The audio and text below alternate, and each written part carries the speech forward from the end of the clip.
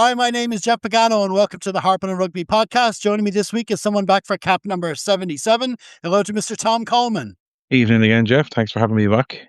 Always good to see you. And let's crack on and go straight to our feature match of the week. Here's a generic 80-word summary of how things went.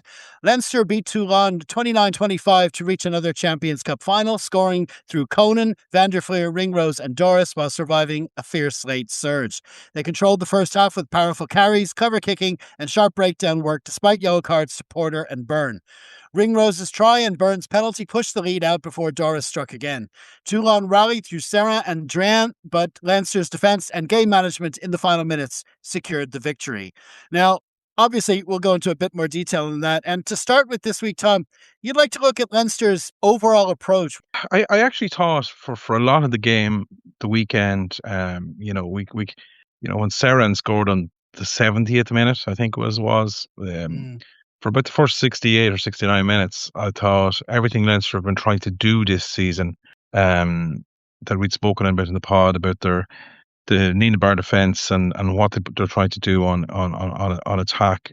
The weekend showed a lot of signs. There was a lot of positives about what we were trying to what we were trying to do well. So yeah, I definitely thought a lot of what the game plan was this season was on show the weekend, and it was probably a lot of what we were trying to do was the best of what we'd seen this season. People might have a different slant on it. You can get caught up in the emotion of a nervy ending and concentrate on that, or the missed tackles maybe from a few key players. And a lot of those visually stick in your mind. But just purely from a tactical point of view, I thought what Leinster were trying to do the weekend, around defence and attack, on how we were going to attack Toulon. A lot of it came good, and there was a lot of very good stuff from Leinster the weekend that would give me a lot more cause for hope than worry for the rest of the season. Yeah, I mean, it was weird. We all, like you say, for the most of the game, we felt like we were in control. It's like we had most of the ball, and it seemed to be going for a Henshaw and Ringrose as the center pairing. It seemed to me that we were going to focus on the defensive side of things and trying to read what they were trying to do and trying to keep them at bay. And we were doing a good job of that. I mean, Toulon didn't really have a sniff of what we were doing, and in the end, it was us that kind of let them back into the game. I mean, we said beforehand in the preview that it was important that we started quickly. We tried to build an early lead. We did that. We got the first try. We thought we had the second try, but there was that little niggly sort of knock on by Gibson Park. I think if that had stuck at that moment, I think we might have settled a bit better. Now, we ended up still getting the try, the second try, and kind of getting that, the crucial 2-score lead. But we were, it was the defensive side of things where we're kind of pushing things, and the discipline kind of kicked in, and we were still giving away penalties. And, Jaminet was able to kick them and keep the 3-pointers, keep them in it. And then, of course, we had that sequence of the three three penalties, which ended up with 2 yellow cards. So it was kind of we had control, but we almost kind of let it slip away ourselves. Yeah, though I do think, stats for stats' sake can mean nothing or can mean everything. I think if you said before the game Leinster were only going to give away 7 penalties in the whole game, you probably would have bit your hand off. So 2 yellow cards on the back of 7 yellows versus 1 yellow card for Toulon on the back of 12 or 13 penalties. There's a bit of imbalance there. People might say they were in cynical areas of the pitch, but the amount of advantage play-ons Leinster had in the first 20-25 minutes of that game, personally, I don't see the difference. I'm not here to get at Pierce or anything like that, but I think if Leinster were looking at their discipline going forward, I don't think it was the issue that, it would seem, 2 yellow cards is a stark headline.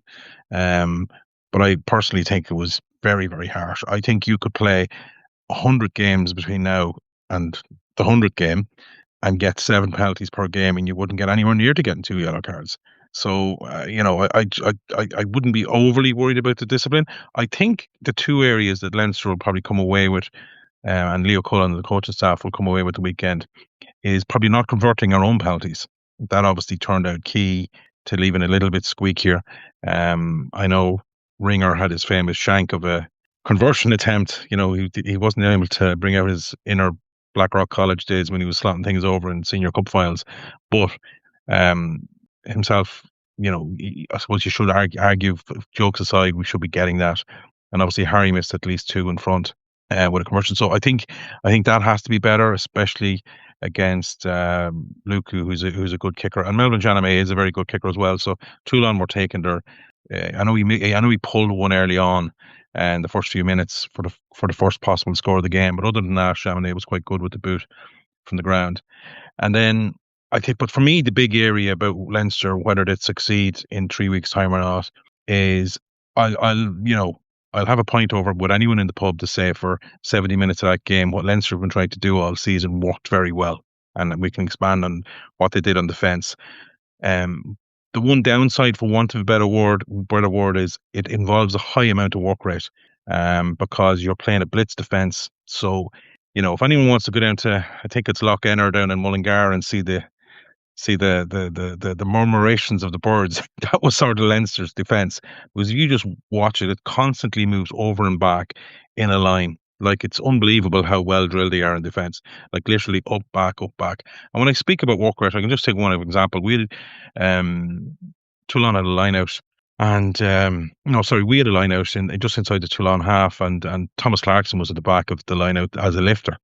And obviously then we have that sort of it was a 6-man line out, and he ended up being the first one to the pod in the middle of the pitch, to clear it out, clear a possible tackler out. So that's the sort of work rate you're asking your forwards to get through.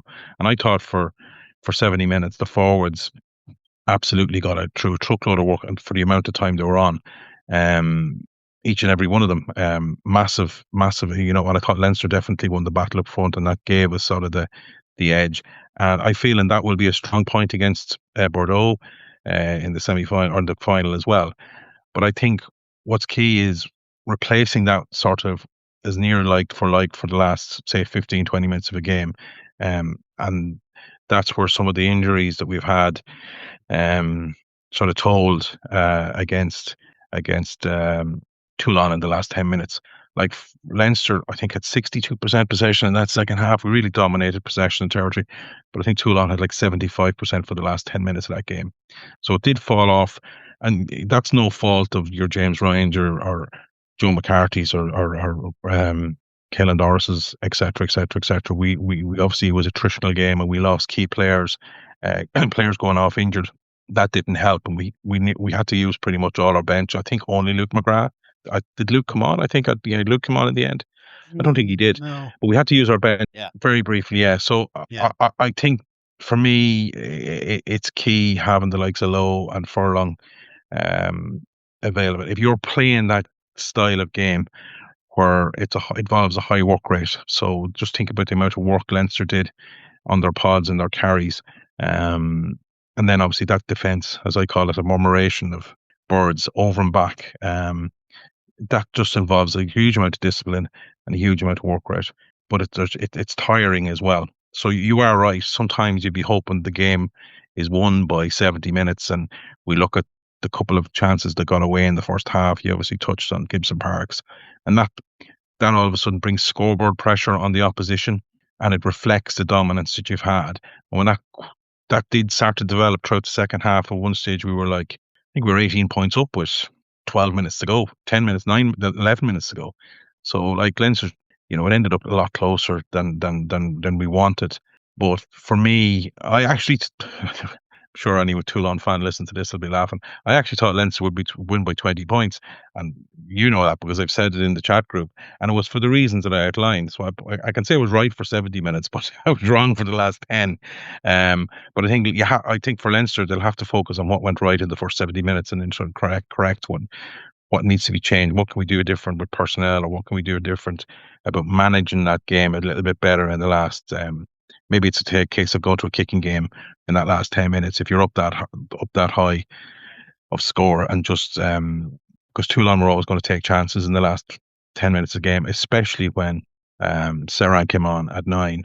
The longer Ben White was on, the happier I was, because he plays a very structured game that suits Toulon's sort of forward dominance. But when Toulon weren't getting that, his game is sort of ineffective. It's a little bit when he's a bit playing for Scotland, where Serin is like Yeah, this. they needed a risk taker. They needed a risk taker, and he was the ideal Yeah. guy to bring on because he's going to do something different. So yeah, look, for me, just that work rate that Leinster had around defence, and then just the pod carrying around the side on both sides, and just the sort of differences in how we were carrying. A lot of the time, Toulon were bringing it up to the lead of the pod and the carries and contact. Leinster were using their pluses and the minus each side of the pod, and just a lot of variation, and maybe pulling it at the back and trying to get it wide. So yeah, I you know, if this was a dry run for the final, which it is, I think Leinster should take great heart on a lot of things that went well, um, in the semi final, and just build on that again, and just obviously correct the other issues that we've touched on, especially the sort of the last 10 minutes. Yeah, there's no doubt it's a net positive. I mean, you look at how our games, even in just the Champions Cup, have gone. We've been letting in a lot more tries than we'd like, or a lot more tries than we used to. Going all the way back to Harlequins, I think we let Mhm. them get a bonus point at the Aviva, and the Sale Sharks were in it. I think they were even ahead at halftime, and it was it's the way these games have gone. So and it looked like it was happening again here. We had the 18-point lead.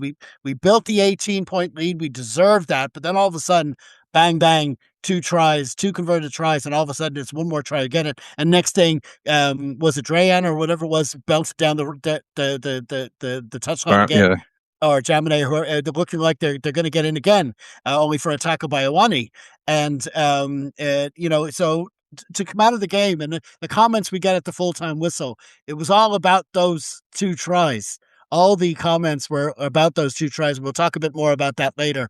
But I think, like you say, when you look over the game, you talk about our blitz defense. I think there was a key moment at the end of that first half. We'll talk about what happened after halftime. But even just after we went down 13 to 13, we had Gary Ringrose and Jamie Osborne right in the faces in a two-on move and forcing a knock on just Mm. before halftime. That was crucial.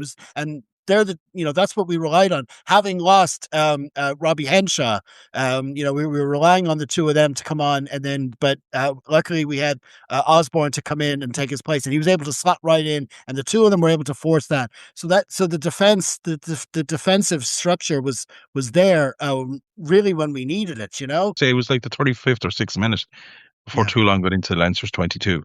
yeah. Um, I know the And they last the needed last the few extra minutes. man to do it. Yeah, needed the extra man to do it, but that's how good Leinster's defence was, and how Yeah. under pressure, uh, Toulon were like a rabbit in the headlights with our blitz defence, which is a bit surprising because anyone that's been looking at Leinster all season realised they're building towards that, and you don't see it as often in a lot of regular season games because they're probably up a good bit or a few scores ahead, and they're playing it. They start to play a little bit more looser, call it old Leinster way. Um, so it's really good in these tight games and big games that it's going to come under a lot more of a microscope. And in this instance, I thought a lot of what Leinster were trying to do passed with flying colours. But as you were But it's saying yourself. But it's not even just the blitz of the defense as well. I mean, with the ball, I think it seems like we're getting to a stage where, touch wood, we're able to get a try when we need one, if that makes sense. It's Mm. like we're getting better with the ball when we get into the 22. We attack, we carry. It's well structured.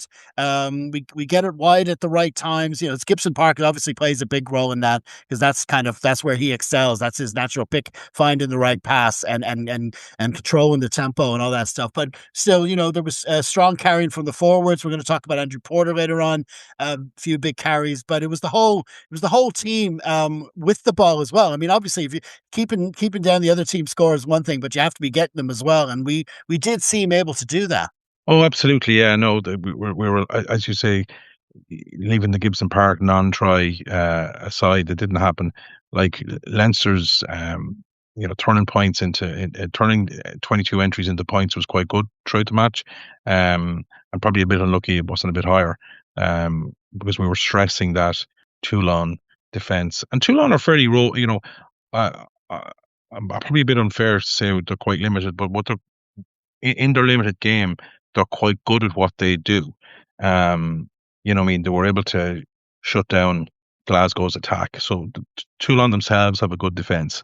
Glasgow is probably one of the most exciting teams outside Bordeaux and maybe Toulouse in the whole of Europe.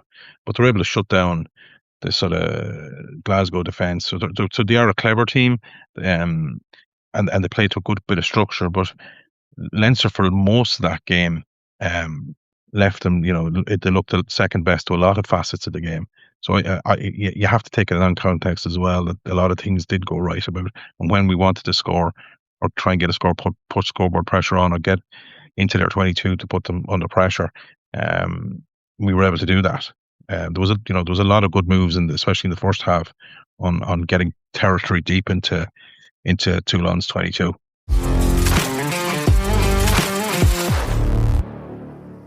Elsewhere in the EPCR tournaments, Ulster overpowered Exeter 29-12 to reach the Challenge Cup final, controlling territory, dominating collisions and scoring through Augustus, Murphy, McCann and Stewart. Doak added key points as their defence and work rate stifled Exeter, who managed only a late consolation. A composed, physical Ulster fully earned their place in Bilbao, where they will face Montpellier, who didn't have things all their own way against the Dragons, yet still finished on top 18-12. Back in the Champions Cup, Bordeaux ensured both Bilbao finals will be Ireland v France matchups when they overcame Bath 38-26. Myself and Tom will be discussing this at length for our bonus chat on YouTube, so keep an eye out for that. But now we must return to the Aviva and to a specific timestamp in the semi-final, namely half-time. Leinster were ahead on the scoreboard 14-11, but down 2 players and about 7 minutes to kill.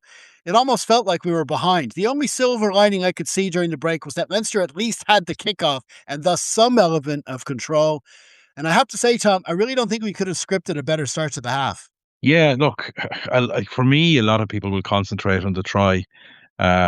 Which was fantastic. But for me, that was like the cherry on top of the icing on top of the cake.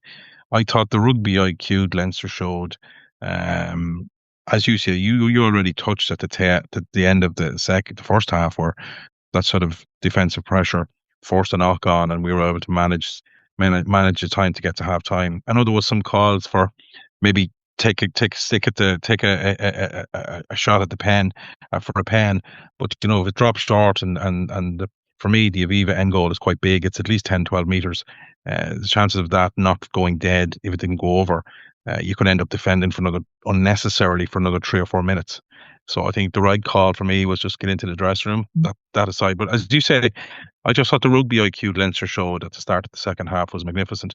They obviously went deep and long. And in some way, they played a game of psychological card game with Toulon, as in, you're 15, 13 up. We know you're not going to kick because it's counterintuitive to kick when you've got two-man advantage. So in some ways, they used that against them because ultimately Toulon had several times they should have kicked and didn't kick. So they sort of fell into that psychological trap of not doing the right thing. This is from a Toulon point of view. But for Leinster, it was just about that aggressive line speed that we'd spoken about in the first half, but about just hemming Toulon in between the sideline and the try line as 2 extra defenders. And then all of a sudden, in theory, it became 15 against 15 because you've limited options. If you, in fact, are playing the game in 1/6 of the pitch or less, even a quarter, 1/8 of the pitch, it's a lot easier to defend. Anyone that's done rugby drills and you you get a small grid and, you go 6v4, the smaller that grid is, the easier for the 4 guys or 4 girls to try and defend that passage. And that's what Leinster did. They constantly hemmed Toulon in.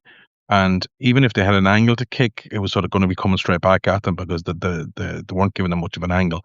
They were blitzing up the middle because they knew they didn't have to really defend out wide. It would have taken a very brave, probably crossfield kick from Toulon to get some sort of an exit and some sort of distance. But as I said, Toulon sort of psychologically fell into that trap of the right thing to do is kick, but it's counterintuitive to kick because it's 15v13. And then all of a sudden there's that pressure told. And then we ended up getting the ball and scoring an absolutely magnificent try. Super catch from Tommy O'Brien. Yeah, absolutely. Yeah, because that was when they did eventually kick.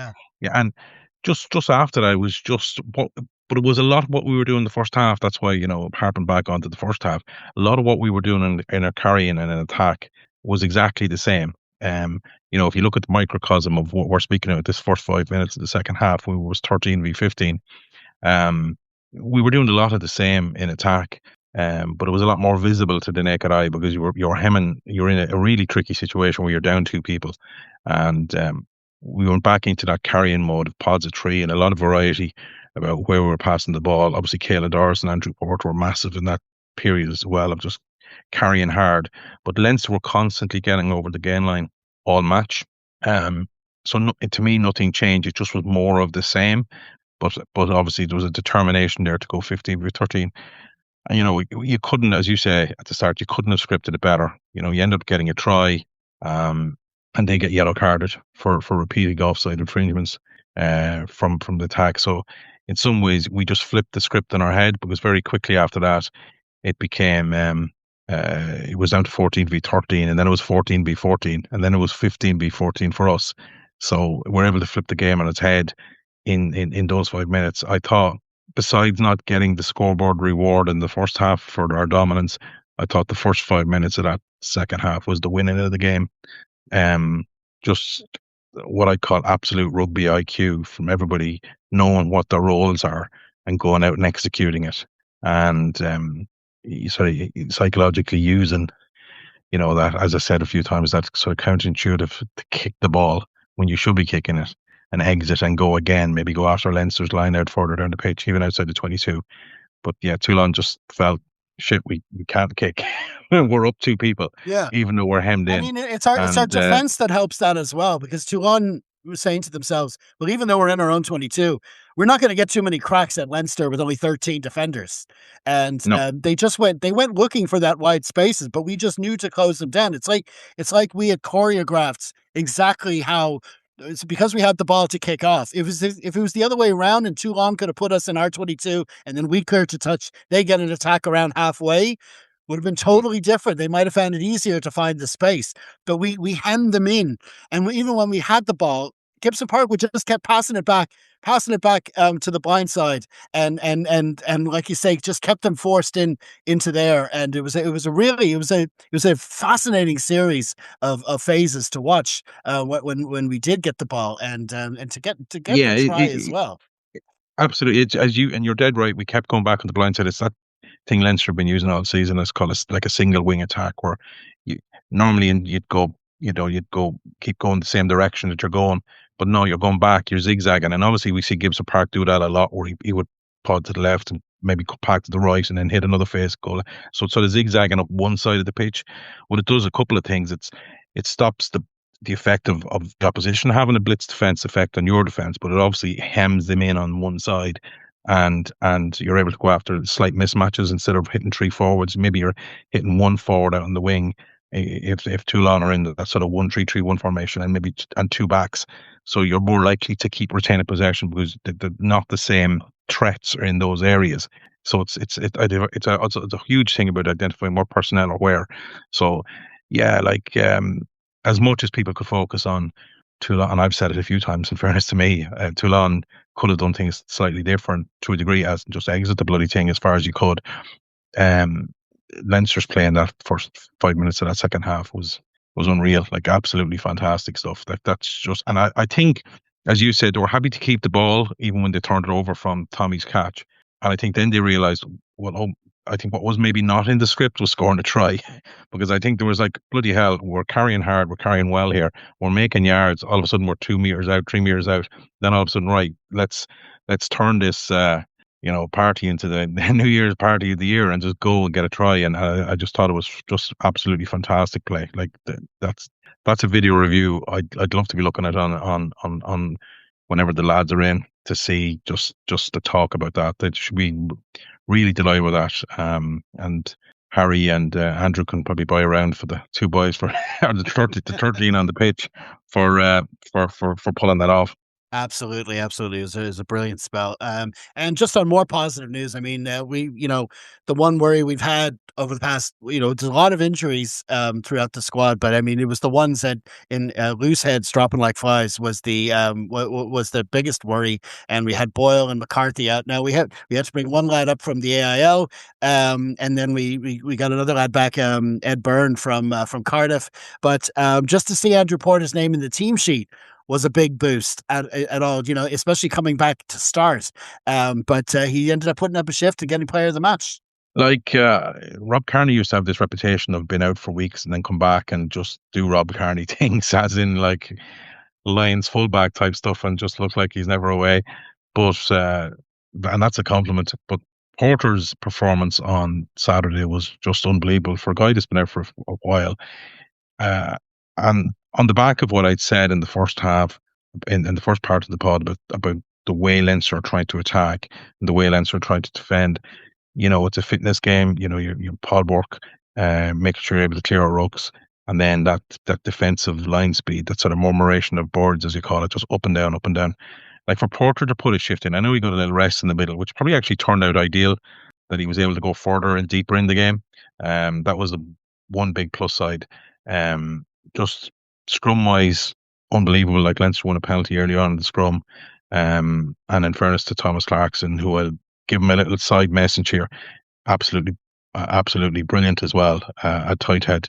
I'd already touched on his work rate, but for Porter to just put that performance, I think he had 9 carries in the game, and most of those 9 carries were dominant. You know, he was like the baby rhino, just bowling through and gaining yards and sucking in 3 or 4 guys to try and get him down. And you know, speaking about that, 5 minutes after halftime, he was to the fore. So just everything he did, just whether he's a lifter in the line out, that work rate in defence, tackles, carries, and his scrum, which, you know, he's the most analysed prop in World Rugby for the last 10 years. Some people might say justifiably so, but not me. But I just thought, what a performance for a guy that's been out, especially when so much is demanded of that position by Leinster. You know, we all love Rabah Salamani, and we'll miss him when he goes to Toulon, but Rabah fulfills a different role, and he's locked Yeah. out scrums, and he'd lift in the line out, and he'll do the Mike Ross sort of stuff, and that's absolutely needed as well. But what we demand off Porter, and it's no surprise to me that Leinster's carrying game and work rate and how we carried aggressively and got over the gain line, having Andrew Porter in there alongside Caelan Doris's and your Jack Conans and your Joe McCarthy's, those 4 big, all of a sudden you've got 25% more firepower on your carries. Um, you know, the likes of James Ryan fulfills a different role about Nuke and Rooks, and Josh does the loose play. But when you've 3 really strong carriers, and then you you know, you increase it to 4, that makes such a difference. You know, when you're talking about 3 or 4 players. Obviously Sheehan fulfills a different role, sometimes out wide and stuff like that. But just that's about the individual roles. But having Porter back to implement the game plan the way Leinster want to play was massive. Yeah, huge just impact in every facet of the game. And there was a few other contenders for player of the match. I thought Caelan Doris was obviously outstanding, but I wouldn't begrudge it to Andrew. It was just a super performance, and he'll be so key in the run in and for the final in Bilbao. Absolutely. And I suppose, you know, we always want to talk a little bit about our opposition and how they did. And so Toulon, of course, you know, it's always hard to gauge when you're playing a top 14 side, because you're always wondering, well, who are they playing the following week and where are they in the French league? And they're sort of outside the playoff places there. They've got a game against Toulouse next week. So you wondered what kind of what kind of mindset they had. But they found it tough to get into the game, but they certainly didn't take their foot off the pedal when they went 18 points down. No, and I think we've already touched on it. For me, the instigator of that was Serin coming on. It's he makes a big difference for them the way he plays. I think a couple of their key players or danger players that I thought who were very impressive against Glasgow and against the Stormers, Junior Kapoko was very quiet, and Leinster actually handled him very well. And it's funny, one of the Leinster ways of handling a key player who's a big disruptor around the breakdown is you run at him, therefore he has to tackle and he can't jackal. And Leinster really took him out of the game that way. They purposely went after Junior, and that's, to me, that you know, if that kid's looking at that game going, I played poor. No, Leinster realised I think he was a threat and constantly ran at his channel. Because as I said, if you make him tackle, he can't jackal, because he was a big threat around the breakdown. I'm And he not made even such a sure there difference. was a jackal penalty in the whole game, was there? There may have been just No, one or something. There, yeah, yeah, yeah, yeah. wasn't You know, happening. some of that will be down to some of that I think will be down to the way Leinster were able to resource the rucks and etc. etc. But for me, it doesn't take away from the fact that Capucco is a big threat around the breakdown. And I think Leinster realised that, and that's the way they went after him. I do think, even though they got good wins against the Stormers and against Glasgow, they're nothing to be sniffed at. You know what I mean? Winning those games, they can be quite limited in attack for me. So they sort of played to form a little bit in that way. I said it's only when Serin comes in and he's able to release Gael Dran, etc., etc. When you have somebody like Ignacio Brex who doesn't really make a big impact in a game, that tells me something that your offense is not really working that well, because he's such a good player. And he was anonymous for a lot of it.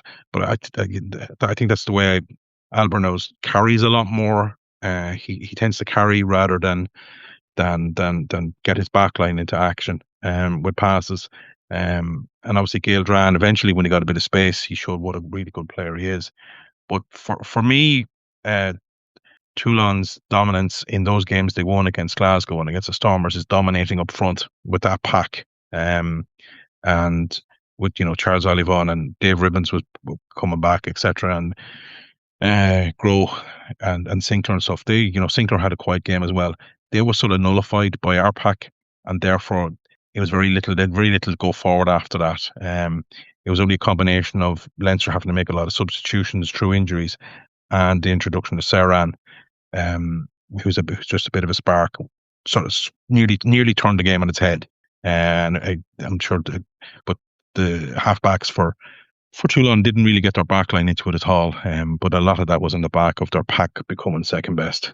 Yeah, absolutely. I mean, they got the 2 tries. They got to within a score. You could argue the first one we've kind of maybe took our foot off the pedal just a little bit. Having got 18 points up, it was just a relief to get to that 3-score margin, and they just went boom, boom, penalty, line out, try. That was like, but the second one, now a lot of people, it wasn't Harry Byrne's greatest outing for Leinster with the boot in many days, but I just a gust of wind and that clearance after a great steal from Doris, and he did absolutely the right thing, quick on transition to boot it down. It was a monster kick, and you'd almost give him credit for the distance that it actually went out on the full, but it was a blade of grass in that, and it was from he that was lineup unlucky. that they got the second try. Yeah, big time.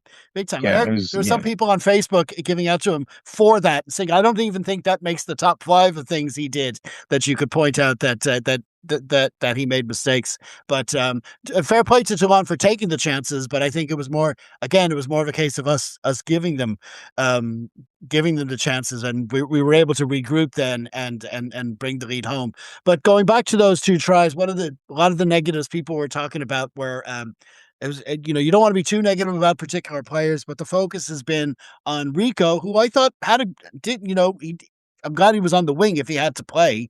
But and he did make a couple of key tackles. But on the subject of tackles, there was Sam Prendergast as well, who came on. I think he went on the other wing, and he was found wanting. And all I see in the comments, which is unfortunate when you've won a semi-final, you get to another European final, but every single comment is like, I don't want to see Sam, no Sam, no Sam. Well, where do you stand on that?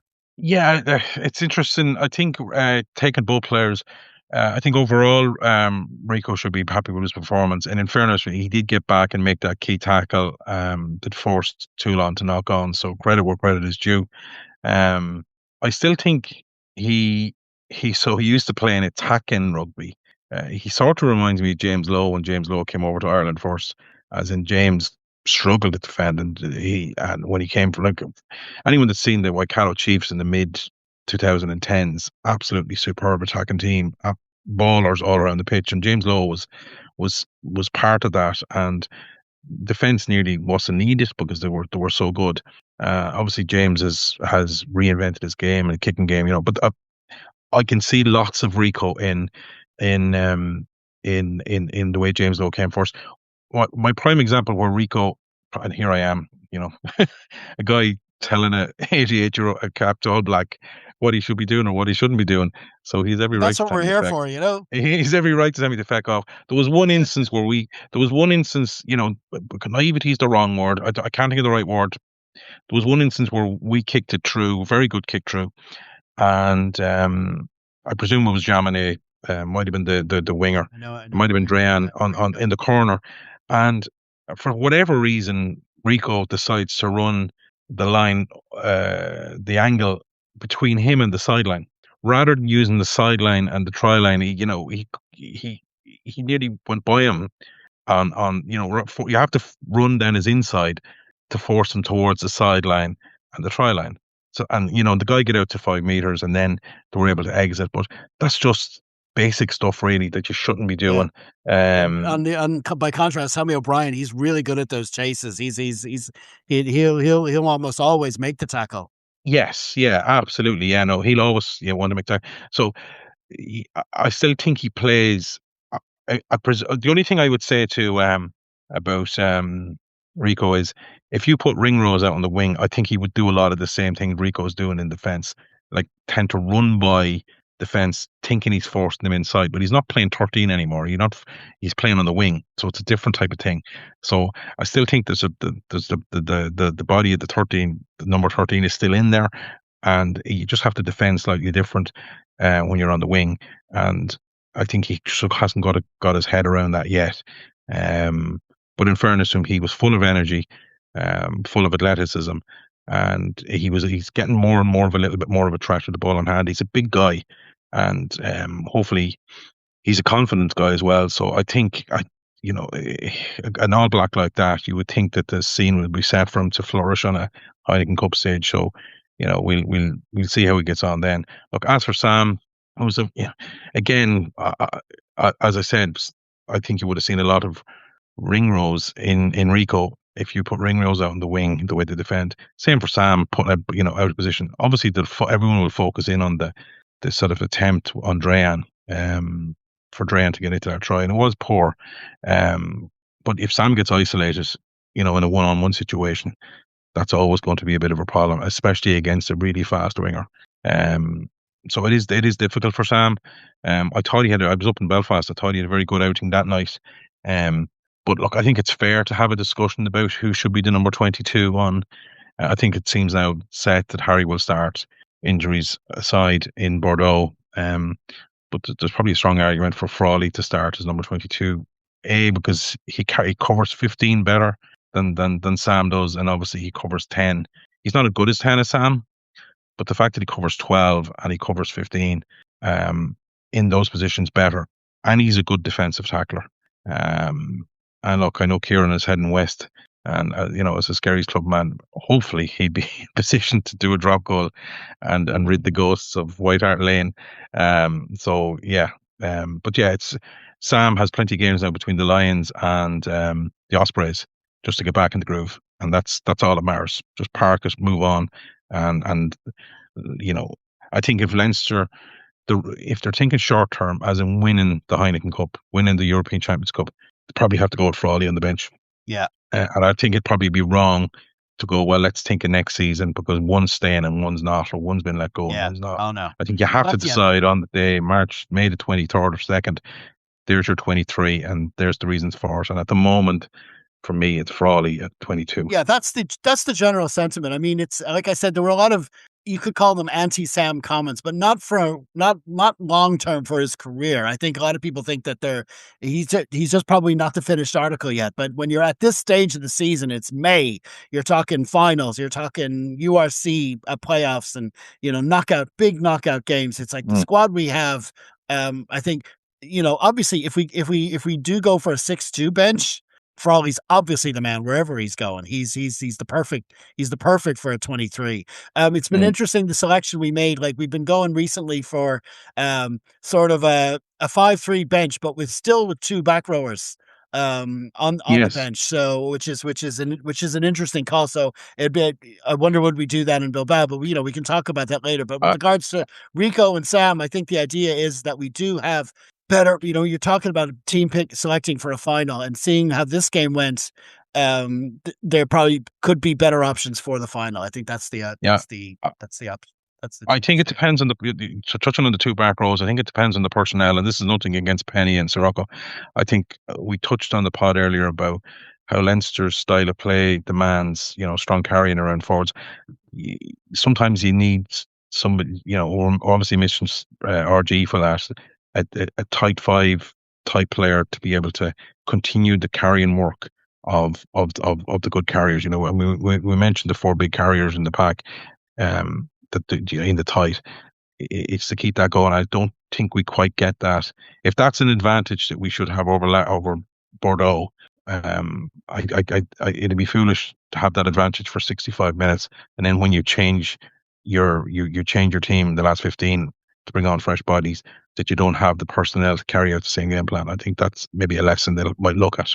Absolutely. Okay, well, listen, I've spoken a lot about the comments we got after the full-time whistle. I'll read out a couple of them there from our Facebook page. We had one from Ken Tancred, who said, I think those last two tries booked Frawley's ticket to the final. And then we had Jonathan Leonard, who said, Soroka made a good impact. Bit worried how Josh and Conan limped off. I hope Henshaw is all right, but a win is a win. Roll on, Bilbao. Do you agree, or would you have said the same thing a different way? Well, if you want to get involved in the conversation, just head to our Facebook page at the Full-Time Whistle after all Leinster and Ireland matches, and feel free to leave your thoughts. Okay, well, listen, we're going to leave it there for now. Many thanks to Tom for joining us. Looking forward to having you back on again soon. Cheers, Jeff. Thanks a million. And as ever, be sure to stay tuned to Harpin On Rugby on all the socials during the week, starting with our bonus chat posting on YouTube Tuesday, where we'll be harping on that Bordeaux Bath semi-final. Then our 80-plus column, where we try to look at the wider rugby world, that posts every Wednesday over on Substack. In the meantime, stay safe, everyone. Slán.